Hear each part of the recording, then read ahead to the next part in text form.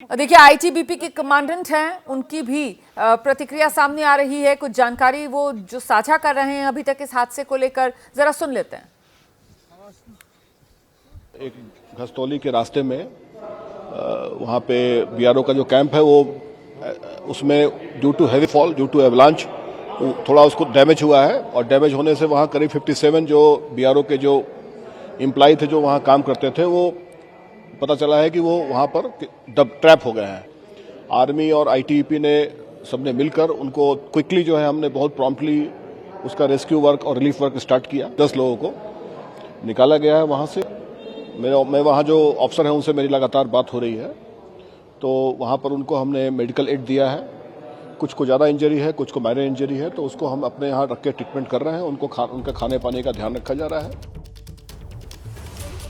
तो आईटीबीपी के कमांडेंट को आप सुन रहे थे, उनकी तरफ से जानकारी साझा की गई कि जब ये जानकारी मिली कि बीआरओ का कैंप और बीआरओ के कैंप में जो मजदूर वो अचानक से इस बर्फ के सैलाब में फंस गए, तो आईटीबीपी और सेना वहां पर एक्शन में आई। उसकी तरफ से जो शुरुआती बचाव कार्य को अंजाम दिया गया, उसी के चलते 10 मजदूरों को निकाल लिया गया है और उनका इलाज चल रहा है। जैसे कि आईटीबीपी के कमांडेंट बता रहे थे कि कुछ मजदूर जो हैं वो ज़्यादा घायल हुए हैं और कुछ को कम चोटें आई हैं, लेकिन जिन्हें बाहर सुरक्षित निकाल लिया गया है उन्हें अब इलाज मिल पा रहा है। चुनौती वो 47 मजदूर जो अभी भी बर्फ में कहीं दबे हुए हैं उन तक पहुंचने की है। और क्या कह रहे हैं, इस पूरे मामले पर नजर बनाए हुए हैं उत्तराखंड के मुख्यमंत्री पुष्कर सिंह धामी। जरा उनको सुनिए आप। चूंकि वो जहां पर बैरिक बनी हुई थी उसी स्थान पर एवलांच आया है और बचाव के काम चल रहे हैं तेजी से। सभी चाहे आईटीबीपी है, सेना के लोग हैं, स्थानीय प्रशासन के लोग हैं, वायुसेना के लोग हैं, एक्सपर्ट हैं, सभी से वार्ता हो चुकी है। सभी लोग अपनी पूरी तरह से बचाव और राहत कार्य में लगे हुए हैं और हम लोग भी यहाँ से लगातार मॉनिटरिंग कर रहे हैं। हमारा प्रयास है कि जल्दी से जल्दी जो भी हमारे उसमें मजदूर भाई फंसे हुए हैं, श्रमिक फंसे हुए हैं, काम करने वाले, उन सभी को जल्दी बाहर निकाला जाए। तो ये चमोली में हादसा हुआ है जहां ग्लेशियर टूटा और इसकी वजह से 57 मजदूर जो बर्फ के सैलाब में फंस गए, इनमें से 10 को अभी बाहर निकाला जा सका है, लेकिन 47 मजदूर अभी भी बर्फ में फंसे हुए हैं। देखिए, ये बीआरओ का कैंप था। बीआरओ आप जानते हैं, बॉर्डर रोड ऑर्गेनाइजेशन, जो सरहद पर सड़क बनाने का काम करते हैं, उसी काम में ये मजदूर जुटे हुए थे और यहाँ अपने कैंप में ये मौजूद थे जिस वक्त ये बर्फ का सैलाब आया। और जैसे ही इसकी जानकारी सेना और आईटीबीपी को मिली तो सबसे पहले घटनास्थल पर सेना और आईटीबीपी के जवान पहुंचे और उनकी तरफ से युद्ध स्तर पर यहां पर बचाव कार्य को अंजाम दिया गया। इसी की वजह से कम 10 मजदूरों को तो बाहर निकाल लिया गया है, वो तस्वीरें भी आपके सामने हैं। लेकिन सेना और आईटीबीपी के जवानों को भी कितनी मशक्कत करनी पड़ी है इन 10 मजदूरों को भी बाहर निकालने में, तस्वीरों को देखकर आप अंदाजा लगा सकते हैं। मौसम की वजह से बड़ी मुश्किल पेश आ रही है। मौसम की वजह से एनडीआरएफ, एसडीआरएफ की टीम्स जो हैं वो घटनास्थल पर पहुंच नहीं पा रही हैं, क्योंकि ना तो हवा के रास्ते और ना ही सड़क के रास्ते आप घटनास्थल पर पहुंच सकते हैं। फिलहाल सड़क पर बर्फ की मोटी चादर, लगातार हो रही बर्फबारी, ये चुनौती बन रहा है। और हवा के रास्ते में जो विजिबिलिटी है वो इतनी है ही नहीं कि हेलीकॉप्टर उड़ान भर सके। इसी वजह से सबसे बड़ी चुनौती इस वक्त राहत और बचाव दल को घटनास्थल पर पहुंचाने के रूप में ही पेश आ रही है। यही पहली शुरुआती चुनौती है जिस पड़ाव को अभी तक पार ही नहीं किया जा सका है। जब तक एनडीआरएफ और एसडीआरएफ के दल घटनास्थल पर पहुंचेंगे नहीं, तब तक वो तेजी के साथ रेस्क्यू ऑपरेशन शुरू नहीं हो पाएगा। और आखिरकार अब क्या किया जाए, इसका हल कैसे निकाला जाए, इसी को लेकर मंथन चल रहा है। केंद्रीय गृह मंत्री अमित शाह से लेकर उत्तराखंड के मुख्यमंत्री पुष्कर सिंह धामी तक सब हालात पर नजर बनाए हुए हैं। हम सीधे आपको लेकर चलेंगे। हमारे साथ हमारे सहयोगी अतुल चौहान इस वक्त मौजूद हैं, जरा उन्हीं से जानते हैं। अतुल, आपदा प्रबंधन का जो दफ्तर है वहां पर पुष्कर सिंह धामी पहुंचे हुए थे, वहां पर आला अधिकारियों के साथ मंथन किया जा रहा था, कुछ जानकारी मिल रही है क्या कोई स्ट्रैटेजी बन पाई? देखिए, स्ट्रेटेजी कई तरीके की यहाँ पर बनाई गई है और कई तरीके का वर्क करने की प्लानिंग भी हुई है, लेकिन सबसे बड़ी दिक्कत जो है वो मौसम की आ रही है।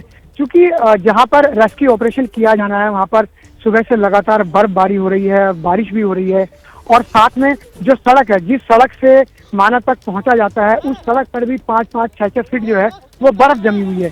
तो वहाँ पर जो नक्शा दिखाया गया, माननीय मुख्यमंत्री को जो नक्शा दिखाया गया और अधिकारियों ने बताया कि इस तरीके से हम जाएंगे, इस तरीके से वहां पहुंचेंगे। लेकिन अधिकारियों का ये कहना है कि जब तक मौसम साफ नहीं होगा तब तक वहां पर पहुंचना बहुत मुश्किल है। सबसे बड़ी बाधा जो है वो मौसम की ही आ रही है। रोमाना, सबसे बड़ी बाधा मौसम की ही आ रही है और जैसा कि आप पहले बता रहे थे कि मौसम विभाग की तरफ से तो पहले ही 2 दिन के लिए मौसम ऐसा ही खराब बना रहेगा, ये पूर्वानुमान जता दिया गया है। तो वो 2 दिन, एक तो आज का दिन और एक आने वाला कल भी, तो फिर जी बिल्कुल, आप बिल्कुल ठीक कह रही हैं, क्योंकि 2 दिन का अलर्ट जो है वो 2 दिन पहले ही जारी कर दिया गया था। अतुल हमारे सहयोगी लगातार बने हुए हैं, पल पल का अपडेट हमें दे रहे हैं। फिलहाल क्या अतुल अभी भी मुख्यमंत्री जो हैं वो वहीं आपदा प्रबंधन वाला जो दफ्तर है वहीं पर मौजूद हैं या वहां से निकल गए हैं? देखिए, अभी निकले हैं, वो लगभग 1 घंटे तक राज्य आपदा प्रबंधन प्राधिकरण के दफ्तर में मौजूद थे। मैं अभी भी उस दफ्तर के बाहर ही खड़ा हुआ हूँ। उन्होंने 1 घंटे का पूरा टाइम दिया है और 1 घंटे में उन्होंने पल पल की जानकारी सारे आला अधिकारियों से ली है।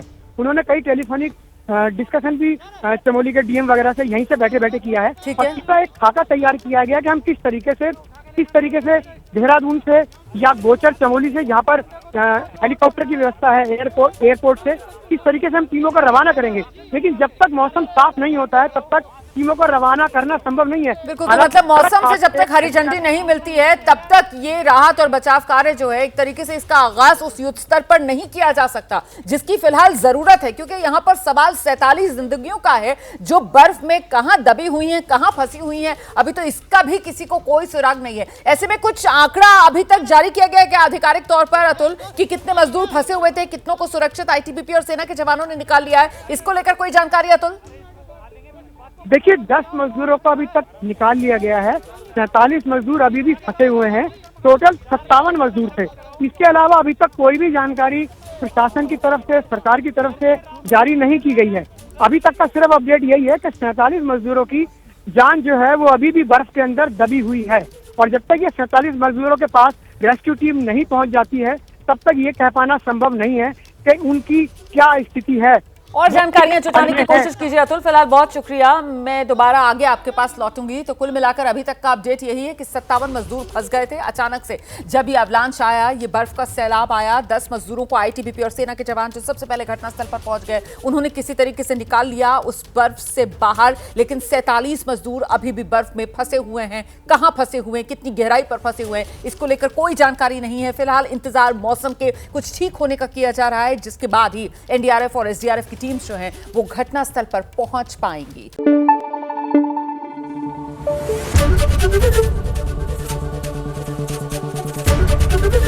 एबीपी न्यूज आपको रखे आगे।